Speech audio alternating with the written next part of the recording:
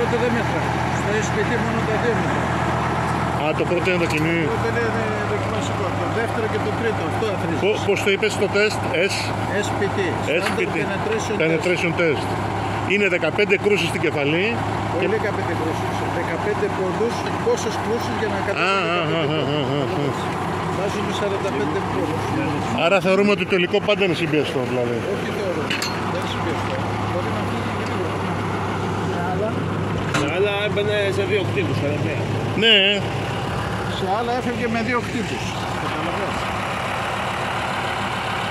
Το SPT είναι ένα in situ test με το οποίο μετράμε την αντοχή του εδάφους. Και αυτός είναι ο Ιορδάνης, ο Σαχίνογλου και ο Μπάμπης ο Ρουκούνης. Όλο το ξεχνάω αυτό το όνομα, ρε παιδί μου.